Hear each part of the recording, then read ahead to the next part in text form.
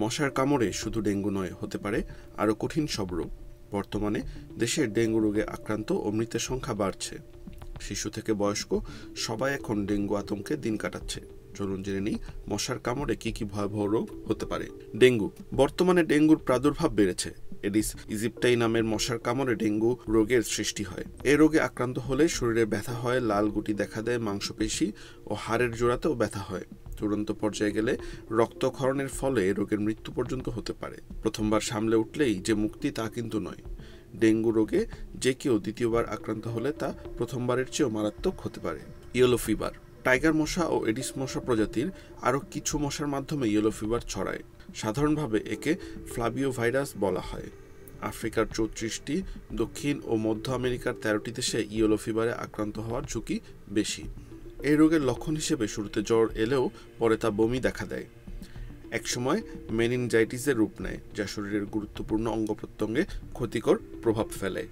Chikungunya. কয়েক বছর আগেও চিকুনগুনিয়ার দেশে মারাত্মক ছড়িয়ে পড়েছিল। এই রোগের প্রভাবে জ্বর কাটিয়ে উঠতে 3-4 দিন লাগে, তবে এরপর হাড়ের জোড়ায় ভয়াবহ ব্যথা কয়েক সপ্তাহ স্থায়ী হতে পারে। কোনো কোনো ক্ষেত্রে চামড়ায় ক্ষত দেখা দিতে পারে। তবে আসার কথা, একবার চিকুনগুনিয়া হয়ে গেলে দ্বিতীয়বার এই রোগে আক্রান্ত হওয়ার ঝুঁকি একেবারেই কমে যায়। ম্যালেরিয়া। মশাবাহিত রোগের মধ্যে ম্যালেরিয়া সবচেয়ে বেশি পরিচিত। খুবই মারাত্মক রোগটি অ্যানোফিলিস নামের মশার মাধ্যমে এই রোগ ছড়ায়। এই রোগে আক্রান্ত হলে স্নায়ুতন্ত্রের ক্ষতি হতে পারে। ম্যালেরিয়ার কার্যকর ওষুধ এখনও আবিষ্কৃত হয়নি, তবে আগে থেকে সতর্ক থাকলে এতে আক্রান্ত হওয়ার আশঙ্কা কমানো যেতে পারে। Zika. Aedes aegypti, tiger mosquito ও এডিস আলবোপিক্টাস জিকা ভাইরাস ছড়ায়। 2015 সালে মহামারী আকারে ছড়িয়ে পড়ে এই রোগ। জিকার আক্রমণে ব্রাজিলে অসংখ্য শিশু ক্ষতিগ্রস্ত হয়। মাইক্রোসেফেলি নামের ভয়াবহ প্রতিবন্ধিত্ব নিয়ে জন্মায় তারা। এর ফলে শিশুদের মাথার আকৃতি বিকৃত হয়ে যায়। বিশেষ করে গর্ভবতী মায়েরা জিকায় আক্রান্ত হলে শিশুদের ক্ষতি হওয়ার ঝুঁকি বেশি থাকে। সিন্ডোবিস। কিউলেক্স নামের একটি নিশাচর মশা এই রোগের ভাইরাস বহন করে।